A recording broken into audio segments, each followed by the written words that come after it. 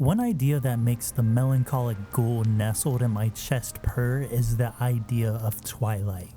It's a dual-natured thing like most things are, and these natures are almost seemingly contradictory with one another, the coming of the ends, but gently, a life caught in the middle of decay to a rippling, radiant orange. It's something I think about often because when I was young and impressionable, I played The Legend of Zelda Twilight Princess and got hopped up on melancholy like it was the hot new opioid on the block.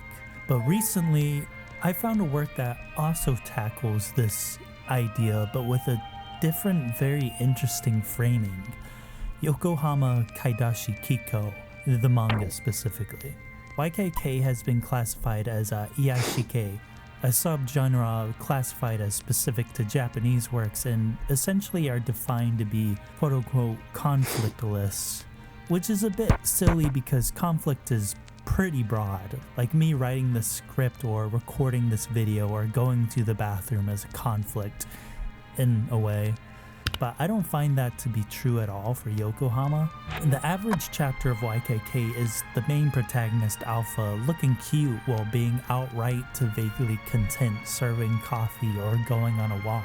But there is a conflict underlying these things. The conflict is mostly conveyed through the subtext, embroidered into the art itself, the world crumbling and sinking, loosely hanging on. YKK's main focus is showing the glow of the world through minute but evocative details while pushing and pulling that with the pervasive feeling of loneliness through the use of negative space on the page. The wistful glances from the characters, their poetic blurbs of reflection, the delicate push and pull of sadness and loneliness from time's passage and decay between warmth, the plethora of little discoveries and sensations that come day to day. The art is constructed perfectly. The texture of the world is always popping out of the pages. There's a significant amount of negative space without it feeling empty to the point of lacking verisimilitude, a balance that allows it to convey that perfect amount of information. Looking at a page of Yokohama is feeling the lack of noise, a stillness in the water, the flurry of lines to convey shadows, greenery and man-made architecture and objects forming out of the white negative space.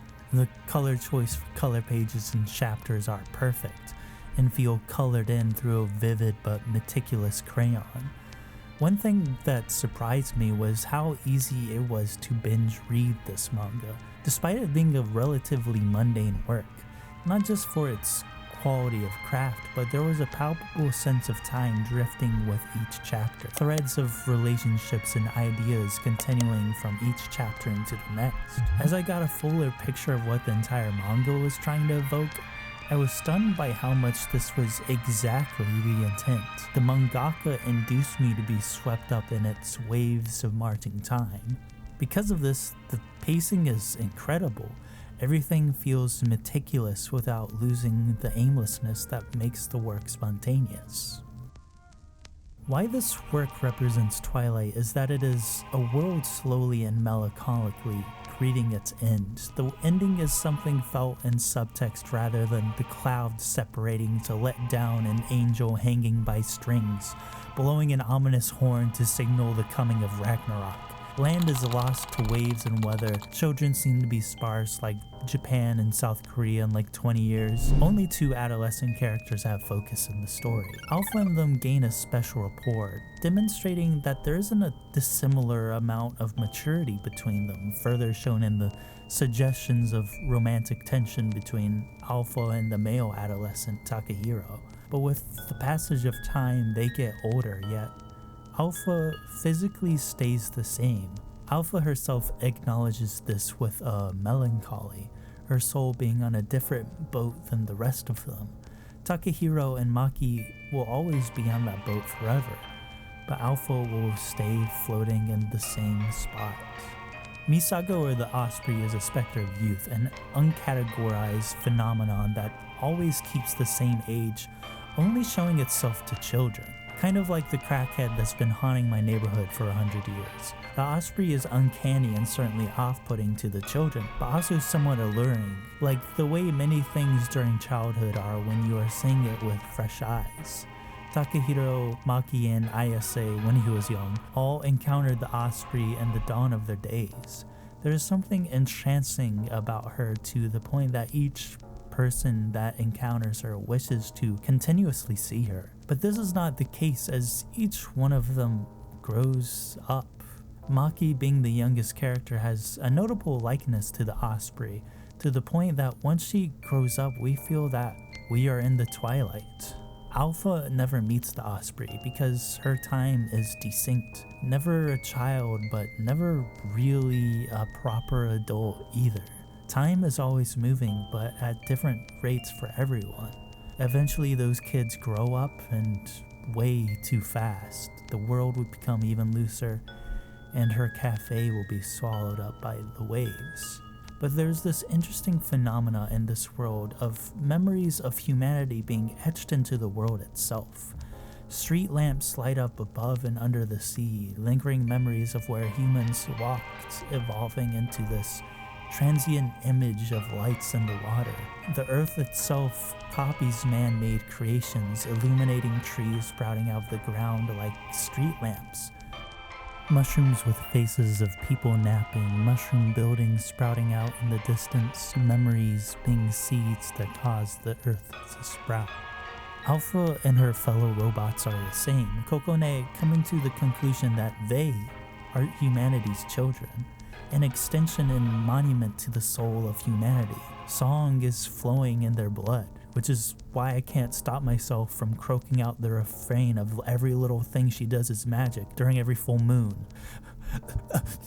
Ew, ew, ew, ew. Alpha is bursting with humanity, getting lost in song and mimicking birds with her hand.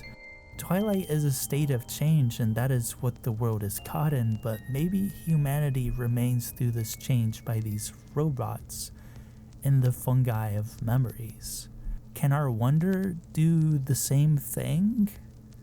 Alpha lists these things she hasn't done yet, one of which being I haven't walked the house counterclockwise yet, which personally threw me back to being a wide-eyed kid. When one of life's discoveries was doing exactly that. I remember having the exact same epiphany when I was a child, doing it with my own house and my uncle's house. I did this with my same childhood home recently with fresh eyes, and I was hit with a mixture of nostalgia and new sensations as my home has gone through all sorts of changes throughout the years. The wall colors have changed, the carpet, the furniture, the ceiling fan, new Blu-rays stacked upon old DVDs. My parents are even considering when to replace our back porch because it is decaying into a state of disrepair, and we're starting to suspect it might be an accumulated homunculi of America's ruling class. And that made me realize that when everything is changing, everything is a new experience. And that can incite wonder. Reading YKK is like learning to love life like Alpha tries to, and that means feeling that same stinging in the chest whenever time causes another change. But Alpha is on a boat of perpetual youth. Oji-san comments that even though Alpha has noticeably grown up as she has changed throughout the series, she is still young and shouldn't be saying cynical things about loving solitude. Like, I feel he is trying to get her to maintain that sparkle in her eyes that glaze everything in a unique sheen, to keep that childlike wonder that the world is always something new and exciting, to be a beacon of humanity's appreciation for life, beaming brightly even as they are slowly fading away. She maintains this balance of nostalgia and anticipation of what tomorrow can bring, embracing the twilight of humanity as she becomes more and more filled up with new experiences. And it's easy to fit in the shoes of the character. All the wonderful sights like this rock resting out of an ocean of silver grass like a boat, or a glowing vending machine swallowed by greenery colored blue by dusk, makes fireworks pop in my brain. There's a chapter where Alpha goes out to take photographs but is taken by too many sights that she ends up not taking any photographs. I feel this because I'm the type to always preserve moments that evoke something in me to the point I could be a data hoarder. Boy, I've got so many screenshots of games, but lately I've been trying not to do that, to just let the moment wash over me and then away. I'm not sure why, maybe because I'm worried that my hard drive is going to rink up and start smoking cigarettes because I took yet another aesthetically pleasing anime screenshot. But I think it's likely that will help me feel moments like that again. I don't know. Two older men look at a unique sight, ineffably moved. The street lamps are being swallowed up by the ocean but aren't quite gone yet. They are in that transitory period, still there but on the cusp of being swallowed up completely. This sight is only possible because of change. Allowing ourselves to be taken in by all these sensations can reunite ourselves with life, and to always give it meaning. After all, when you get down to it, people run on light, sounds, or something like that.